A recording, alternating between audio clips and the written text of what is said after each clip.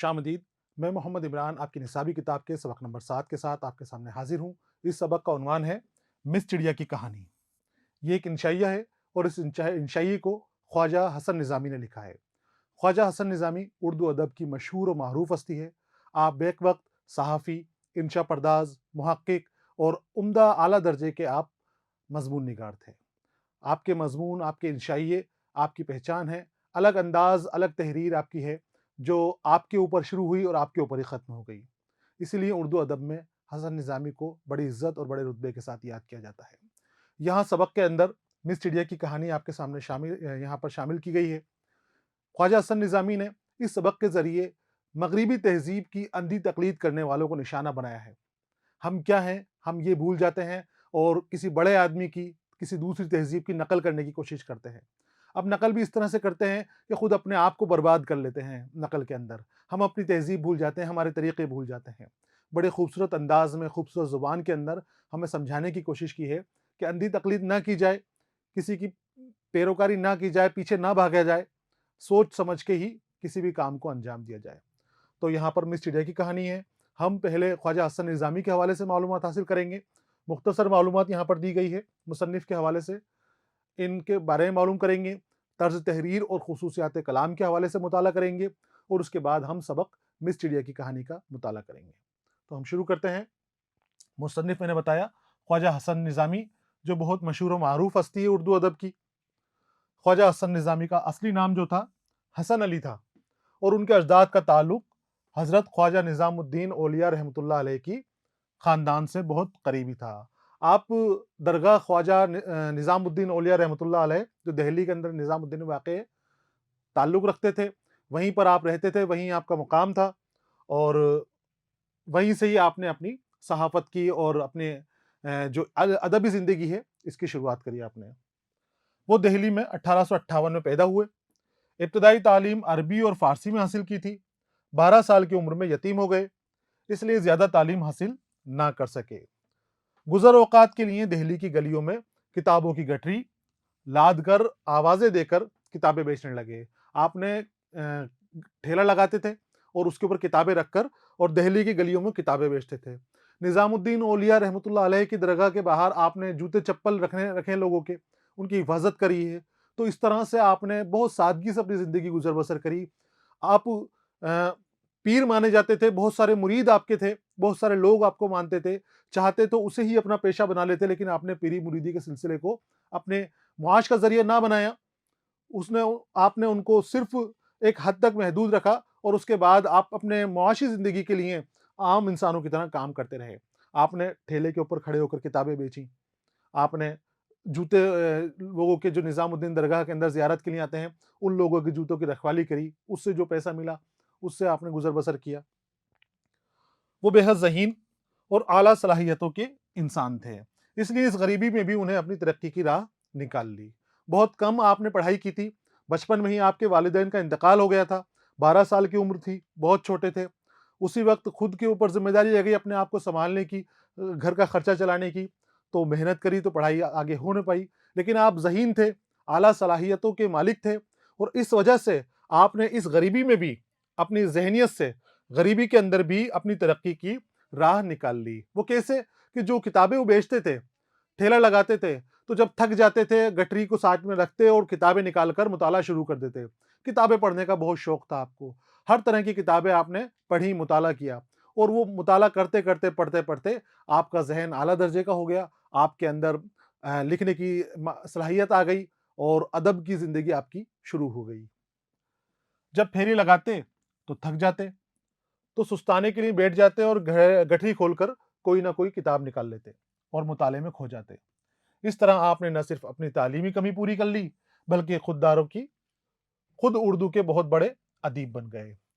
ये मेहनत का जज़्बा दिखा रहे हैं कि किस तरह से उन्होंने कुछ ना होते हुए भी हम बहाना बना देते हैं कि हमारे पास चीज़ें नहीं हैं, सामान नहीं है, हम किस तरह से हमारी पढ़ाई मुकम्मल करें, किस तरह से चीज़ें करें। यहाँ पर ख्वाजा हसन निज़ामी की ज़िंदगी से सबक लेने की ज़रूरत है हमें। कि कुछ ना होते हुए भी किताबें बेच रहे हैं, लेकिन किताबें बेचते-बेचते उन्होंने किताबें पढ़कर अपने आप को अदीब बना लिया और आला दर्जे का अदीब बना लिया। सारी ज़िंदगी दिल्ली ही में गुज़री। फ़कीर मनश आदमी थे। फ़कीर मनश यानी फ़कीर सिमत जो मिल गया वो खा लिया, जो जिस तरह से गुजर हो गया उस तरह से गुजर हो गया, कोई रंगा-रंगी नहीं, कोई बड़ी चीज़ें ज़िंदगी के लिए नहीं चाहिए थी। इसलिए हिंदुस्तान और हिंदुस्तान से बाहर आपके लाखों मुरीद थे, क्योंकि निज़ामुद्दीन औलिया के ख़ानदान से थे आप, निज़ामुद्दीन की दरगाह से आप ताल्लुक़ रखते थे, वहाँ रहते थे, बहुत सारे मुरीदीन आपके थे, वो हिंदुस्तान में भी और हिंदुस्तान के बाहर भी। 1955 में दिल्ली में ही आपका इंतकाल हुआ, दरगाह निज़ामुद्दीन औलिया में, वहाँ सहन में ही आपको दफ़न किया गया। आपकी तहरीर में बेहद बेसाख्तगी और बेतकल्लुफ़ी थी।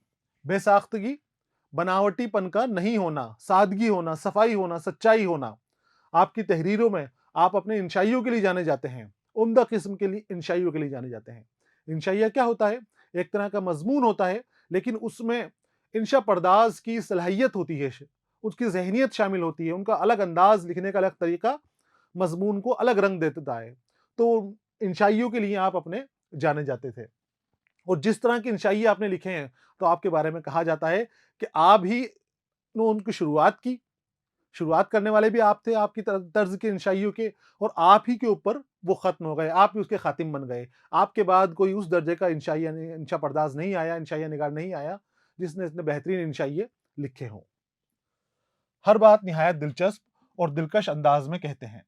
इबारत इतनी आसान होती है कि मामूली से मामूली पढ़ा-लिखा भी आसानी से आपकी बातें समझ सकता है। सीधी साफ ज़ुबान के अंदर ये बात करते हैं, आसान लफ्ज़ का इस्तेमाल करते हैं। यहाँ पर अभी बताया बेसाख्तगी होती है, बनावट आपके लफ्ज़ों के अंदर नहीं होती। जब बनावटीपन आता है तो मुश्किलात आती हैं, जबकि आपकी ज़ुबान आसान ज़ुबान है, साफ ज़ुबान है। मामूली से मामूली लफ्ज़ में तरह-तरह के माने पैदा करने में आपको कमाल था। फितरत की तस्वीर इस तरह खींचते हैं कि आप खींचते हैं कि जीता जागता मंजर आंखों के सामने आ जाता है। फितरत की अक्कासी करने के लिए जाते हैं, इन्हें मुसव्विर फितरत भी कहा जाता है। आपको ये बात याद रखनी है, आपके लिए बहुत मशहूर है। ख्वाजा हसन निज़ामी के लिए आपको मुसव्विर फितरत कहा जाता है। फितरत की तस्वीर कशी कर देते हैं, मंजर इस तरह से दिखाते हैं, नज़ारे इस तरह से दिखाते हैं कि जैसे वो हमारे सामने असल में मौजूद है, असल शक्ल में हम जैसे उन्हें देख रहे हैं। इस तरह का ज़हन में हमारे अपनी तहरीर से, अपनी लिखावट से, अपनी इंशाइये से ये बता देते हैं। इसी वजह से आपको मुसव्विर फितरत कहा जाता है। ये अहम बात है आपके लिए, ख्वाजा हसन निज़ामी के लिए। उर्दू अदब में मुसव्विर फितरत किसे कहा जाता है? ख्वाजा हसन निज़ामी को मुसव्विर फितरत कहा जाता है। ये खसूसियात आपको इस मज़मून में भी मिलेगी जो आपके निसाब में शामिल है। अभी हम पढ़ने वाले हैं मिस चिड़िया की कहानी। तो जो अंदाज़े बयान है, जो तरीका है उनका, जो अलग हट के उनके जैसा तरीका किसी और के पास नहीं है, वो जब हम सबक पढ़ेंगे, जब उनका तर्ज देखेंगे, अंदाज़े बयान देखेंगे, तब आप समझ जाएँगे कि किस तरह की ये बात करते हैं, किस तरह के ये मज़मून लिखते हैं। यहाँ पर हमारी कहानी शुरू होती है, मिस चिड़िया की कहानी। मैंने आपको बताया कि इस कहानी के अंदर मगरिबी तहज़ीब की, अंग्रेज़ों की, यूरोप की अंधी तक़लीद की तरफ तंज़ किया गया है। बताया गया है कि वो लोग अपनी तहज़ीब के ऊपर चलते हैं, अपने तरीके से चलते हैं। उनके अपने मेयार हैं, अपना अदब है, अपनी तहज़ीब है। हम अपनी तहज़ीब छोड़कर, अपना अदब छोड़कर, अपने मेयार छोड़कर उनकी तक़लीद के अंदर पीछे लग जाते हैं, उनकी बराबरी करने लगते हैं, उनकी नकल करने लगते हैं।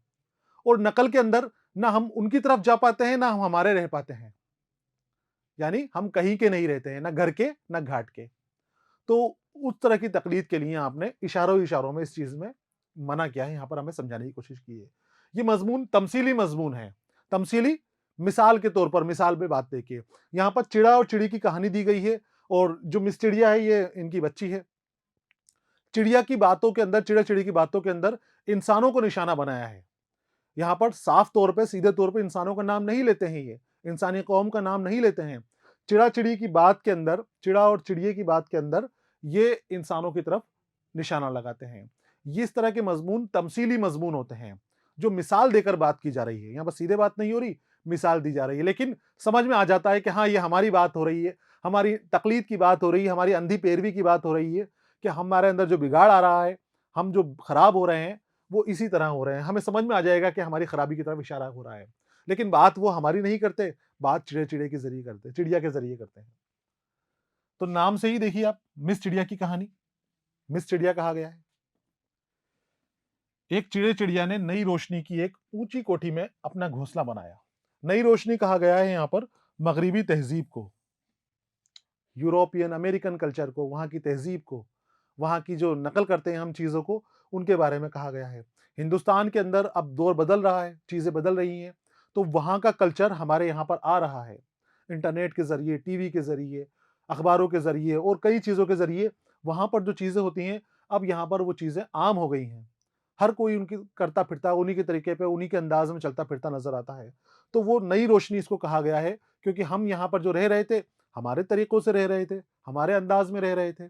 अब हम उनकी नकल कर रहे हैं, उनकी तक़लीद कर रहे हैं। नकल यानी तक़लीद करना। तो एक चिड़िया ने नई रोशनी की एक ऊँची कोठी में अपना घोंसला बनाया। नई रोशनी, नई तहज़ीब, यानी कोई नए सर हैं, उनके यहाँ पर एक ऊँची कोठी बनाई है, उन्होंने बड़ा घर बनाया है, उसके अंदर इन्होंने अपनी घोंसला बनाया है। चिड़िया घोंसला कहाँ बनाते हैं? अपने जंगल में बनाते हैं, अपने घरों के ऊपर बनाते हैं। कोई दरख्त हो या फिर ऐसी जगह कि जहाँ पर बहुत सारे चिड़िया हों, वहाँ पर उनके घोंसले होते हैं। इन चिड़िया ने अलग हटकर एक बड़ी हवेली देखी, बड़ी कोठी देखी है और वहाँ जाकर इन्होंने घोंसला बनाया है। तो शुरुआत में ही इन्होंने तंज़ कस दिया है, ताना मार दिया है कि अपनी रविश छोड़कर, अपना तरीका छोड़कर किसी और के तरीके के ऊपर चलना। इस कोठी में एक मुसलमान रहते थे, जो विलायत से बैरिस्ट्री पास करके और एक मेम के साथ लेकर आए थे। बैरिस्ट्री, अगर हिंदुस्तान में आप लॉ करते हैं, एलएलबी करते हैं, तो आप वकील कहलाएँगे और यही कोर्स अगर आप लंदन से करके आएँगे, तो आप बैरिस्टर कहलाएँगे। वहाँ वकील को बैरिस्टर कहते हैं। तो विलायत से, यानी विदेश से, बाहर के मुल्क से, बैरूनी मुल्क से बैरिस्ट्री करके आए हैं, नया तरीका सीख के आए हैं, नए अंदाज से आए हैं और अंग्रेज़ों के मुल्क से आए हैं, तो वहीं की एक मेम से इन्होंने शादी कर ली और उस मेम को भी अपने साथ लेकर आए हैं। उनकी बैरिस्ट्री कुछ चलती ना थी, बैरिस्ट्री करके आए हैं, लेकिन बैरिस्ट्री चलती नहीं थी, वकालत चल नहीं रही थी, खराब था मामला, मगर घर के ज़मींदार थे, गुज़ारा खूबी से हो जाता था। अब वकील तो नहीं चल पा रही, उनकी वकालत नहीं चल पा रही, बैरिस्ट्री नहीं चल पा रही, लेकिन घर का गुज़ारा उनका इस वजह से हो जाता है कि वो पुराने ज़मींदार हैं, खूब ज़मीनें हैं, तो इसलिए पैसे की कोई कमी नहीं है, वो खूब अच्छी तरह से खर्च करके सही तरीके से रहते हैं। विलायत से आने के बाद खुदा ने उनको एक लड़की भी इनायत की, जो माशाअल्लाह चलती-फिरती थी और बाप की तरफ से मुसलमान और माँ की तरफ से मिस बाबा थी। उनके एक रहने लगे यहाँ पर आकर, विदेशी मेम लेकर आए थे, विलायती मेम लेकर आए थे। यहाँ पर रहने लगे साथ में, उनके एक बच्ची भी हुई। अल्लाह का करम बताया इन्होंने, अल्लाह ने उनको एक बच्ची इनायत की, जो माशाअल्लाह चलती-फिरती थी, अच्छी सेहतमंद तंदुरुस्त बच्ची थी और बाप की तरफ से मुसलमान थी, मुसलमान ही थी, लेकिन माँ जो किसी मज़हब को नहीं मानती थी, वो उसे मिस बाबा कहती थी, मिस बाबा। बाबा बच्चों के लिए इस्तेमाल करता है और मिस छोटी बच्ची के लिए इस्तेमाल करते हैं।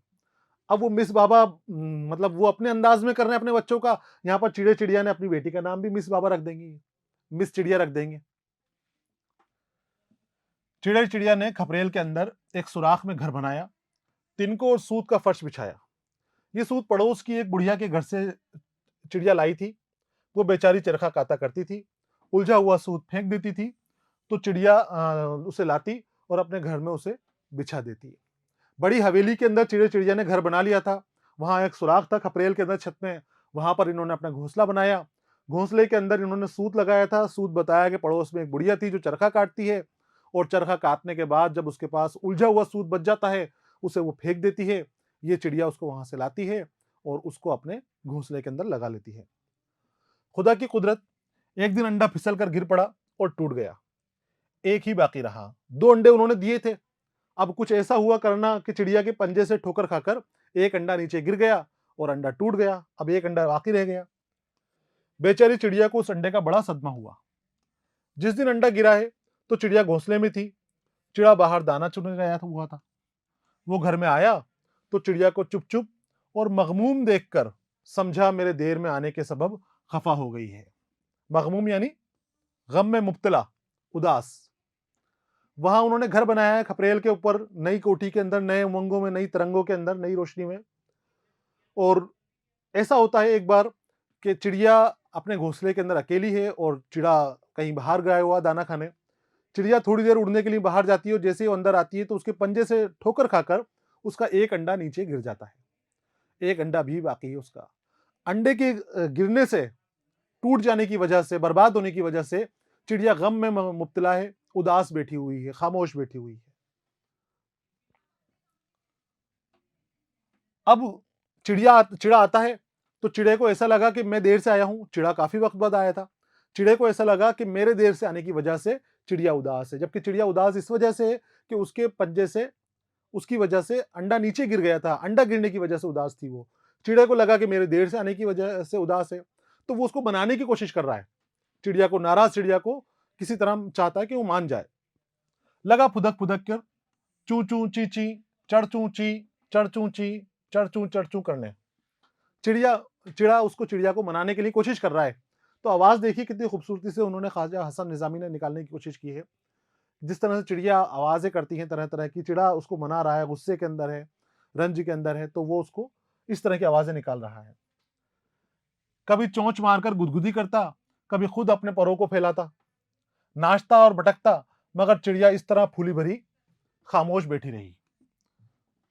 फूली भरी यानी नाराज हुई हुई, खामोशी से बैठी हुई, क्योंकि अंडा उसका टूट गया है। अंडा टूटने का उसको गम है। चिड़ा खूब कोशिश करता है मनाने का, तरह तरह से उसको नाच करके दिखाता है, उसकी गुदगुदी करता है, उसके टल्ले मारता है, उसको उड़ाने की कोशिश करता है, अपने परों को फैलाता है, तरह तरह की तरकीबें करता है। लेकिन चिड़िया किसी भी बहाने में, किसी भी पल उससे नाराज रहती है, वहीं पर ही उदास बैठी रहती है, गुमसुम। वो उससे नाराज नहीं है, बस वो उस अंडे की वजह से गुमसुम है। उसने मर्द जात की खुशामद का कुछ भी जवाब न दिया। अब मर्द जात, चिड़े को यहाँ पर मर्द जात कहा है, आदमियों पर निशाना बनाया है। आदमी अपनी दुल्हनों की, अपनी बीवियों की इतनी खिदमत, इतनी खुशामद नहीं करते, और खुशामद करते हैं तो वो उनके ऊपर बड़ा ध्यान देती हैं। लेकिन यहाँ पर मर्दजात खुशामद कर रहा है, लेकिन चिड़िया ने उसके ऊपर कोई तवज्जो नहीं दी, कोई ध्यान नहीं दिया, ना कोई जवाब दिया। चिड़ा समझा बहुत ही खफगी है। खफगी यानी नाराजगी, बहुत ज्यादा नाराज है मुझसे ये, तो आज तो ये बोल ही नहीं रही, बात ही नहीं कर रही। मिजाज हद से ज्यादा बिगड़ गया है, खुशामद से काम ना चलेगा। मर्द कितनी बड़ी तौहीन है कि इतनी देर खुशामद दरामद की, बेगम साहिबा ने आंख उठाकर न देखा। अब यहाँ पर मर्दों का नजरिया बताया गया है कि औरतों के लिए क्या नजरिया रखते हैं। खुशामद कर रहा है चिड़ा, खूब खुशामद कर रहा है, लेकिन जो चिड़िया साहिबा हैं वो मानने के लिए तैयार ही नहीं है। किसी भी पल मानने के, किसी भी हद मानने के लिए तैयार नहीं है। तो अब चिड़े को अपने ऊपर अफसोस हो रहा है कि मैं मर्द जात हूँ, इतनी देर खुशामद कर ली, इतना इसके सामने मैंने मिन्नतें कर ली, खूब तरह तरह के मैंने उसको नाच दिखा दिए, लेकिन ये मानने के लिए तैयार नहीं है। ये तो मेरी बेइज्जती हो गई, मेरी बेहुरमती हो गई। यहाँ पर दिखाया गया है कि मर्द अपने आप को बड़ा मानते हैं, वो खुशामद नहीं करना जानते, वो रुतबा अपना बड़ा मानते हैं, हुक्म चलाना जानते हैं, और हुक्म से ही वो बातें करने की कोशिश करते हैं। ये ख्याल करके चिड़ा भी मुंह फेर कर बैठ गया, और चिड़िया से बेरुख होकर बैरिस्टर साहब को झांकने लगा, जो अपनी लेडी के सामने आराम से कुर्सी पर लेटे थे। अब जब चिड़े को इस बात का एहसास हुआ कि ये तो मेरी तौहीन है, इतनी देर से मनाने की कोशिश कर रहा हूं और ये मान ही नहीं रही, तो चिड़ा भी अब नाराज हो गया कि ठीक है, मैं भी बात नहीं करता। और जो बैरिस्टर साहब नीचे बैठे थे उनको देखने लग जाता है। बैरिस्टर साहब नीचे अपनी मेम के साथ आराम कुर्सी के ऊपर आराम कर रहे थे। चिड़े ने ख्याल किया, ये आदमी कैसे खुशनसीब हैं, ये दोनों खुशो बशाश जिंदगी काट रहे हैं। खुशो बशाश, हंसी खुशी, आराम से खुशी खुशी वो अपनी जिंदगी काट रहे हैं। एक मैं बदनसीब हूं, सवेरे का गया दाना चुगकर अब घर में घुसा हूं, मगर चिड़िया साहिबा का मिजाज ठिकाने नहीं है। काश मैं चिड़ा ना होता, ताकि कम से कम आदमी बन जाता। चिड़िया को अफसोस हो रहा है कि मैं गया हूं सुबह से दाना खाकर, अब आया हूं, हो गई मुझसे थोड़ी सी देर, गलती हो गई, लेकिन ये तो इतनी नाराज है, मुझसे बात ही नहीं कर रही, मुंह फेर कर मुझसे बैठी हुई है। काश मैं आदमी होता तो आज ऐसे ही आराम करता जैसे बैरिस्टर साहब आराम कर रहे हैं। उनकी मिसेज उनके उनके सामने बैठी हुई हैं, उनकी बेगम उनके सामने बैठी हुई हैं, और वो आराम से बैठे हुए हैं। कितने खुशनसीब हैं, कितने खुश-खुश रह रहे हैं। हमारी किस्मत में ऐसा कहा। और वो ये कहकर फिर उदास हो जाता है, सोचने लगता है। चिड़ा इसी उधेड़बुन में था कि चिड़िया ने गमनाक आवाज निकाली, चूं। उधेड़बुन यानी उलझन। अब चिड़ा अपनी परेशानी में है कि मैंने इतना मना लिया लेकिन मान नहीं रही, और सोच ही रहा था कुछ। तो इतनी देर में चिड़िया ने गमनाक आवाज में उसको कहती है, दर्द भरी आवाज में कहती है, चूं। चिड़िया ने जल्दी से मुड़कर चिड़िया को देखा और कहा, चू चू चढ़ चू, क्या है, आज तुमको ऐसी चुप क्यों है? चिड़िया बोली अंडा गिरकर टूट गया। नाराज थी चिड़िया, खामोश थी, नाराज नहीं थी, वो खामोश थी। मनाने की, उसको बोलने वाने की, हंसाने की चिड़िया ने खूब कोशिश की, लेकिन वो नहीं बोली। फिर चिड़ा भी नाराज होकर बैठ गया। दोनों खामोशी से बैठे हुए थे। अब चिड़िया ने उसकी तरफ इशारा करा, कुछ बोला उसको। चिड़ा भी अपनी आवाज में जवाब देता है, चड़चू चड़चू करके। फिर उसको बताती है कि आज जो है हमारा अंडा नीचे गिर गया, अंडा हमारा टूट गया है। अंडे की खबर से पहले तो चिड़िया को जरा सा रंज हुआ, रंज यानी गम। जैसे ही उसने अंडे की खबर सुनी कि हमारा अंडा टूट गया है, उसको गम हुआ। लेकिन अब गुस्सा भी उसको आ रहा है। अब गुस्सा देखिए किस तरह निकलता है। मगर उसने सदमे को दबाकर कहा, तुम कहां चली गई थी? अंडा क्यों गिर पड़ा? डांटना शुरू कर दिया चिड़िया को। चिड़िया ने कहा, मैं उड़कर जरा चमन की हवा खाने चली गई थी, झपट्टे से अंडा फिसल गया। ये सुनकर चिड़ा आपे से बाहर हो गया। उसके मर्दाना जोश में तूफान उठ खड़ा हुआ और उसने कड़कदार गरजती हुई चू चू में कहा, फूहड़, बदसलीका, तू क्यों उड़ती थी? तुझको चमन की हवा खाए बगैर क्या हो जाता था? यहाँ पर मर्द और औरत का दर्जा दिखाया गया है मुआशरे में, कि औरतों को कमतर दिखाया जाता है, छोटा दिखाया जाता है। यहाँ पर गलती उसकी नहीं थी, ये गलती उसकी थी भी, लेकिन इस तरह के अल्फाज का चिड़े को इस्तेमाल नहीं करना चाहिए था, मर्द को इस्तेमाल नहीं करना चाहिए था। लेकिन मर्द अपनी ताकत दिखाने के लिए लगे रहते हैं, औरतों को कमजोर साबित करने के अंदर लगे रहते हैं। और यहाँ पर ये औरत जब कमजोर साबित हुई, चिड़िया जब कमजोर साबित हुई, तो उसने अपनी ताकत दिखानी शुरू कर दी। वो कहता है, फूहड़, जो सही ढंग से काम नहीं करती है, काम नहीं आता है, बस सलीका, जिसके पास सलीका नहीं है, जिसके पास तरीका नहीं है, बोलता है कि तुझे चमन की हवा खाने का क्या मतलब है? तू क्या करेगी चमन की हवा खा के? क्यों उड़ी तू यहां से? क्या तू भी इस गोरी औरत की खसलत सीखती है? खसलत यानी आदत। क्योंकि गोरी औरत जो रहती है वहां पर, उसको ये देखते हैं और उसी के अंदाज में थोड़ी वो लापरवाह है बच्चों के लिए। जो अमेरिकन तहजीब होती है, लंदन की तहजीब होती है, वहां पर बच्चों की जिम्मेदारी किसी एक पर नहीं होती। हमारे हिंदुस्तान में बच्चों की जिम्मेदारी औरतों के ऊपर ज्यादा होती है। सारी तरीका, सारा ध्यान रखना, घर में बैठना उन्हीं को डाल दिया जाता है कि जो बच्चे हैं, छोटे बच्चे हैं, वही संभालेंगी। जबकि जो बाहर है, बैरूनी मुल्क है, वहां पर ऐसा नहीं है। विलायत के अंदर माँ और बाप दोनों की बराबर की जिम्मेदारी होती है। माँ भी बाहर जा सकती है, बाहर घूम सकती है, और उस वक्त दौरान जब वो बाहर गई है, बच्चा छोटा है, तो उसका ख्याल रखने के लिए मर्द को घर में होना होगा। दोनों काम करने के लिए जाते हैं। यहाँ पर आदमी काम करता है, औरत घर संभालती है। वहां ऐसा नहीं है। वहां पर दोनों की जिम्मेदारियां बराबर बटी हुई हैं। घर है तो घर की जिम्मेदारी दोनों के ऊपर है। सफाई है तो सफाई की जिम्मेदारी दोनों के ऊपर है। खाना है तो खाना पकाने की जिम्मेदारी दोनों के ऊपर है। वहां पर यह नहीं कि औरत ही खाना बनाएगी, आदमी भी जरूरत पड़ती है जब खाना बनाते हैं। सफाई भी आदमी को करनी पड़ती है जब औरत मना कर दे। बराबरी की बात इस तरह से होती है। तो इस तरह की तकलीद की बात हो रही है, तो ये देखें वहां पर कल्चर, इन्होंने वहां पर देखा होगा। तो ये कहते हैं कि तू भी गौरी मैम की आदत सीख रही है, उनकी खसलत सीख रही है, जो घर का काम छोड़कर हवाखोरी करती फिरती है। हवाखोरी, घूमना, बाग में घूमना, हवाखोरी घूमना फिरना कहलाता है। तू एक चिड़िया है, तेरा कोई हक नहीं है। आजकल तू अंडों की नौकर थी, तुझे यहां से हटने का इख्तियार ना था। तूने मेरे एक अंडे का नुकसान करके इतना बड़ा कसूर किया है कि उसका बदला कुछ नहीं हो सकता। तूने मेरे बच्चे को जानबूझकर मार डाला। तूने खुदा की अमानत की कदर ना की, जो उसने हमको नस्ल बढ़ाने की खातिर दी थी। मैंने पहले दिन मना कर दिया था कि अरे कमबख्त, इस कोठी में घोंसला नहीं बना। ऐसा ना हुआ इन लोगों का असर हम पर भी पड़ जाए। लेकिन तू नहीं मानी। हम बेचारे पुराने जमाने के देसी चिड़े हैं।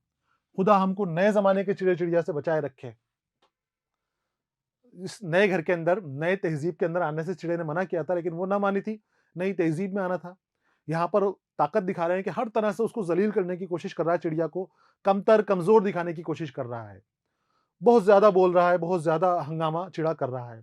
फिर उसके बाद फिर इस मुद्दे पर आता है कि मैंने यहाँ पर आने से मना किया था, कि ये तहजीब, ये तरीका हमारा नहीं है, ये अंदाज हमारा नहीं है।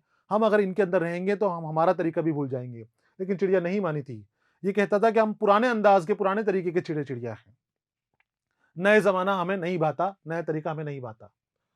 खुदा हमको नए जमाने के चिड़े चिड़िया से बचाए रखे। क्योंकि फिर घर के रहते हैं ना घाट के। मगर तू ना मानी और कोठी में रहूंगी, कोठी में रहूंगी, कोठी में घर बनाऊंगी कहकर नाक में दम कर दिया। अब ला मेरा बच्चा, मैं तुझसे लूंगा, नहीं तो मारे ठोंगों के कुचला बना दूंगा। बड़े साहब की नकल नकल नकली थी निकली थी हवा खाने। बड़ी साहब तारीफ कर रहा है, बड़ी साहब निकली थी हवा खाने। अब बताऊं तुझको खाने का मजा, हवा खाने का मजा। डांट रहा है उसको, मारने ही कह रहा है कि मेरा बच्चा वापस ला के दे, मेरा अंडा तूने गिरा दिया, मेरा बच्चा तूने गिरा दिया। और क्या पड़ी थी तुझे हवा खाने की चमन की? क्या तेरे लिए जरूरी थी? तू मेरे बच्चों की नौकर थी, मेरे अंडे की नौकर थी। तुझे उसको खिदमत करनी चाहिए थी, उसको संभाल के रखना चाहिए था। जरा सा भी तुझे इधर उधर नहीं होना चाहिए था, लेकिन तू इधर उधर चली गई चमन की हवा खाने। तेरी वजह से मेरा अंडा आज खत्म हो गया है। अब मजा सिखाने की बात करा रहा है कि तुझे मजा सिखाऊं, यानी सजा देने की बात यहां पर कर रहा है। चिड़िया पहले तो अपने गम में चुपचाप चिड़े की बातें सुनती रही, लेकिन जब चिड़ा हद से बढ़ा तो उसने जबान खोली और कहा, बस बस, सुन लिया, बिगड़ चुके। अब बहुत देर तक चिड़िया उसकी बातें सुनती रही, उसकी गालियां सुनती रही, उसकी मार का तरीका सुनती रही कि किस तरह से उसको मारेगा, किस तरह से वो डांट रहा है। सारी चीजें चिड़िया बहुत देर तक बर्दाश्त करती रही, गम में थी, चुपचाप सुनती रही। लेकिन धीरे धीरे धीरे उसका बर्दाश्त करने का मादा खत्म हो गया, बर्दाश्त की हद पार हो गई। बोली कि बस अब चुप हो जाओ, बहुत सुन लिया तुम्हारी बात, तुम्हारी बकबक बहुत सुन ली, बहुत बिगड़ चुके। जबान को रोको, अंडे बच्चे पालने का मुझ पे ही ठेका नहीं है, तुम भी बराबर के शरीक हो। सवेरे गए थे, ये वक्त आ गया, खबर नहीं अपनी किसी संगी के साथ गुलछर्रे उड़ाते फिरते थे।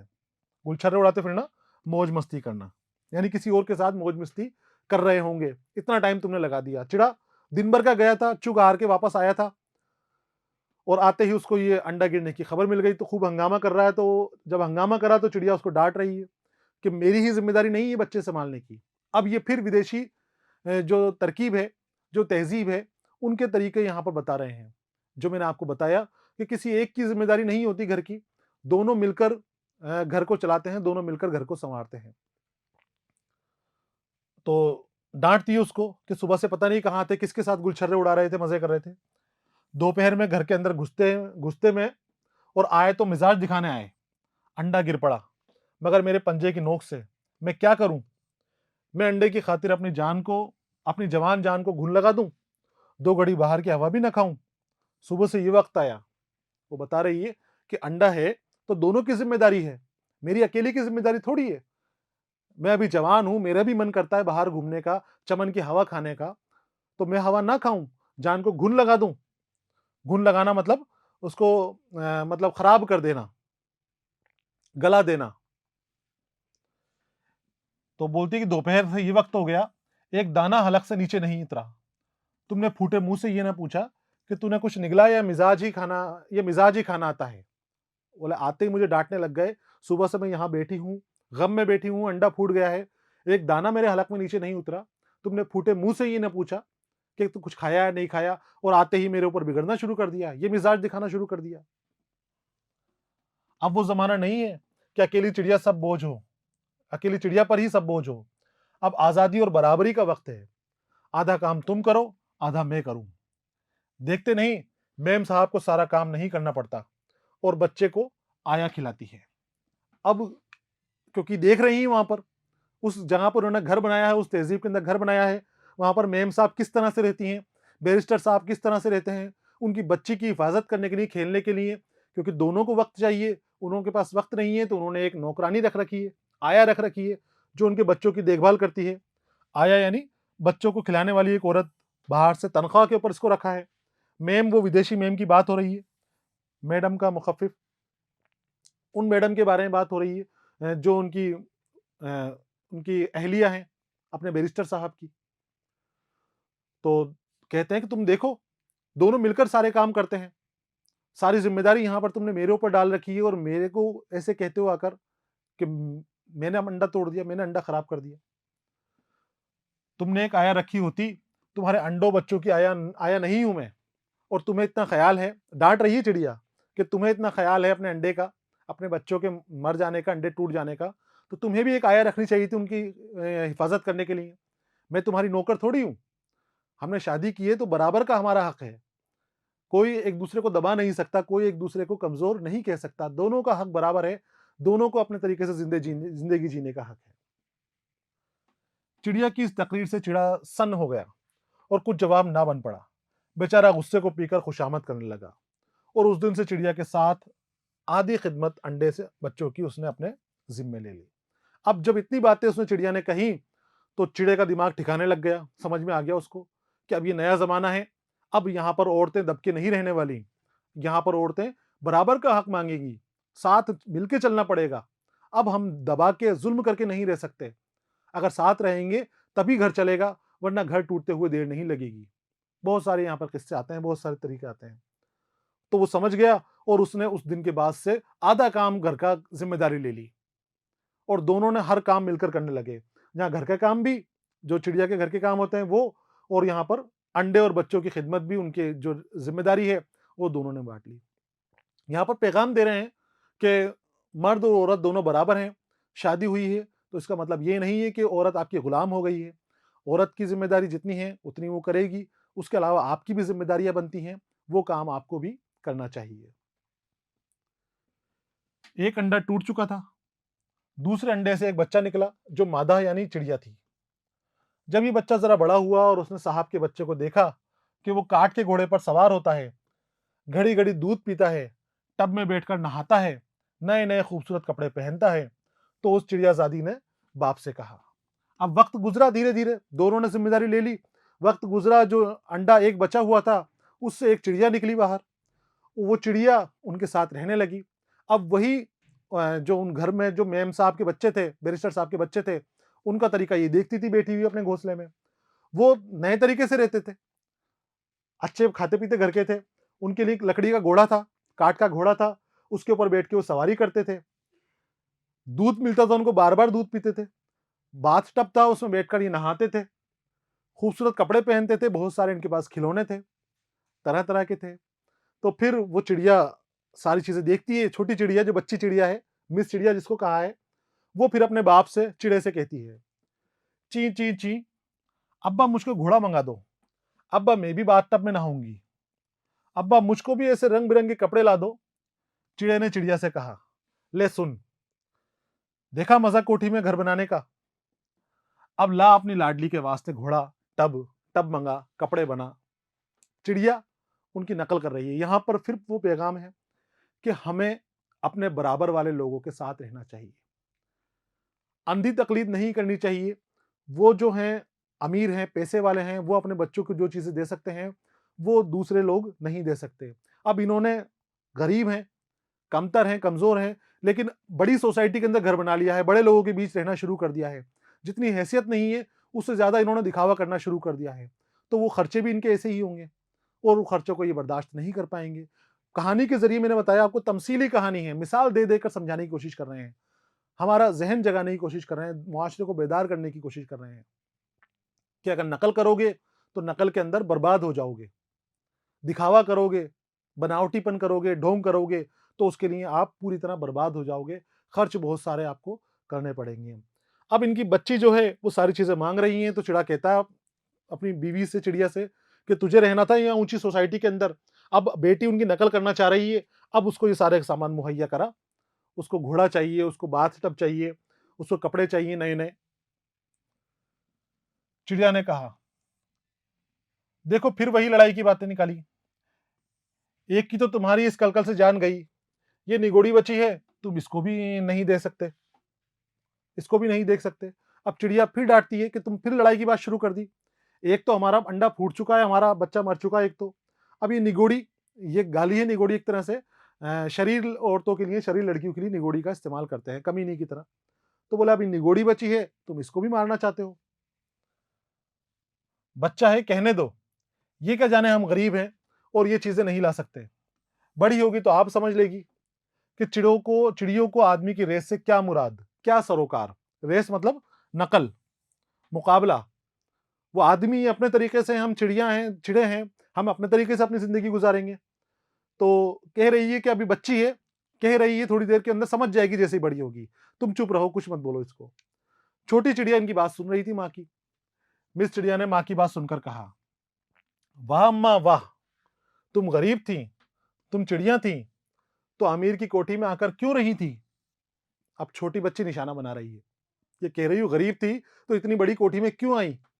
जो अपनी औकात थी, जो अपना तरीका था, जो तहज़ीब थी, उसी में रहती, उसी के तरीके में रहती। ये इतना दिखावा क्यों किया? गाँव के छप्पर में घर बनाया होता, मैं हरगिज़ ना मानूँगी और मेम साहब के बच्चे की सब चीज़ें मँगवा कर रहूँगी। ना लाओगे तो लो मैं गिरती हूँ और मरती हूँ, ज़िंदा ना रहूँगी, ना तुम पर मेरा बोझ रहेगा। अब चिड़िया जो छोटी बच्ची नहीं समझ रही, वो कह रही कि अगर गरीब थी, तो गरीब के घर में घर बनाती। इतनी बड़ी हवेली के अंदर क्यों आ गई तुम? अब इतनी बड़ी हवेली में आ गई और मैंने उनको चीज़ों करते देखा बच्चों को उनके, बैरिस्टर साहब के बच्चों को, तो मैं तो उनके जैसा ही सामान लूँगी वरना मैं तो गिरती हूँ ऊपर से और गिर के मैं अभी मर जाऊँगी। मेरा बोझ तुम्हारे ऊपर नहीं रहेगा, फिर तुम आराम से रहना। चिड़िया ने घबरा कर कहा, हे, ऐसा गज़ब ना कीजो, हम सब कुछ मँगा देंगे।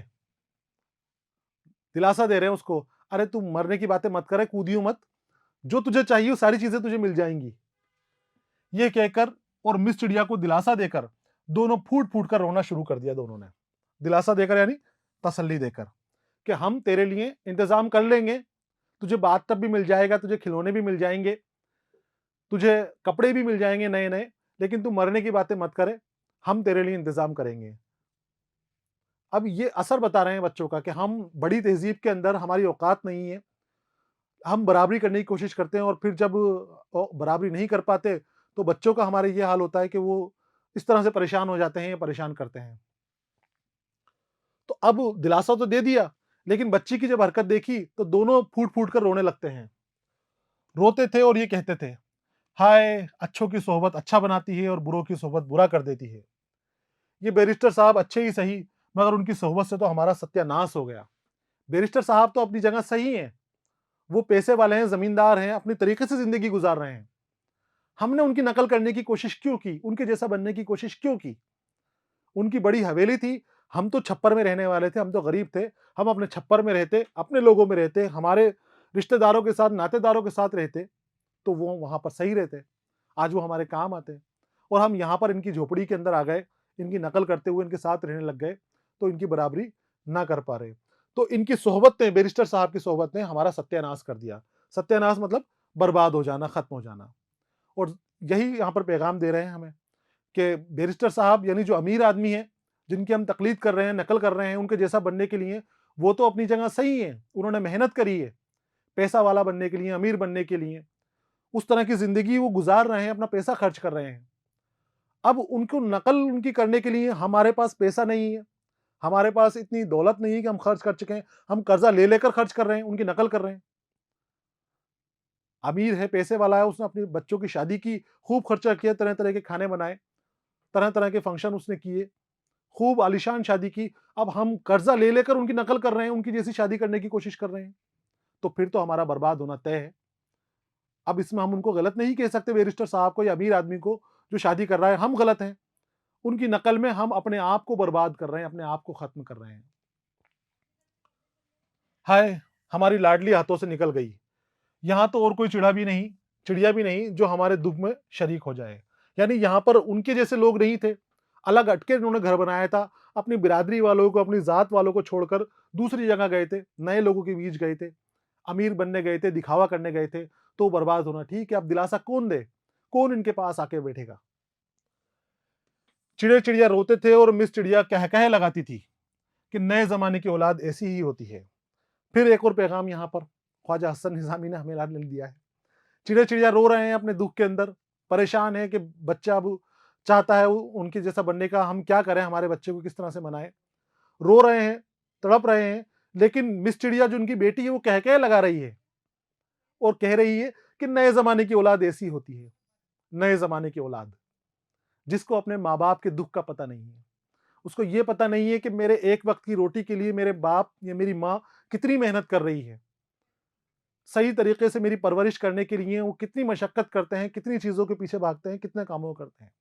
एक-एक चीज़ के लिए उनको दिन-रात बराबर करने पड़ते हैं। मेरी खुशी के लिए इतनी मेहनत करते हैं। और जब उनका दुःख है, तो मुझे उनके दुःख से कोई मतलब नहीं है। मैं अपनी खुशी के अंदर कह लगा रही हूँ, हँस रही हूँ। नए ज़माने की औलाद ऐसी होती है। तो यहाँ पर पैगाम देने की कोशिश की है, मुआशरे को सुधारने की कोशिश की है। इंशाइया है, बहुत खूबसूरत इंशाइया है। इस इंशाइये के ज़रिए हमें सुधारने की, मुआशरे को सुधारने की कोशिश की है। सोच और फ़िक्र की ज़रूरत है। फ़िक्र करना है हमें कि इस तरह का मुआशरा हमने बना लिया है, जो नकल के अंदर, झूठी नकल के अंदर, बनावटीपने के अंदर, जो नहीं करना चाहिए उन कामों को करने के लिए खुद को बर्बाद किए देते हैं। हमें पता है नतीजा कि इन चीज़ों से हम बर्बाद होने वाले हैं, हम खुद खत्म हो जाएँगे। कर्ज़ लेकर हम शादी कर रहे हैं, कर्ज़ लेकर हम दूसरे कामों को अंजाम दे रहे हैं। ये इस तरह से है जैसे कर्ज़ लेकर घी पीना। तो बड़े सोचो-फ़िक्र की ज़रूरत है, सुधार की हमारे अंदर ज़रूरत है। ख्वाजा हसन निज़ामी ने जो पैगाम दिया है, उस पैगाम को समझने की और उसको फैलाने की ज़रूरत है। यहाँ पर हमारा सबक मुकम्मल हो गया है। अगले सबक के साथ मैं फिर आपके सामने हाज़िर रहूँगा। अलविदा।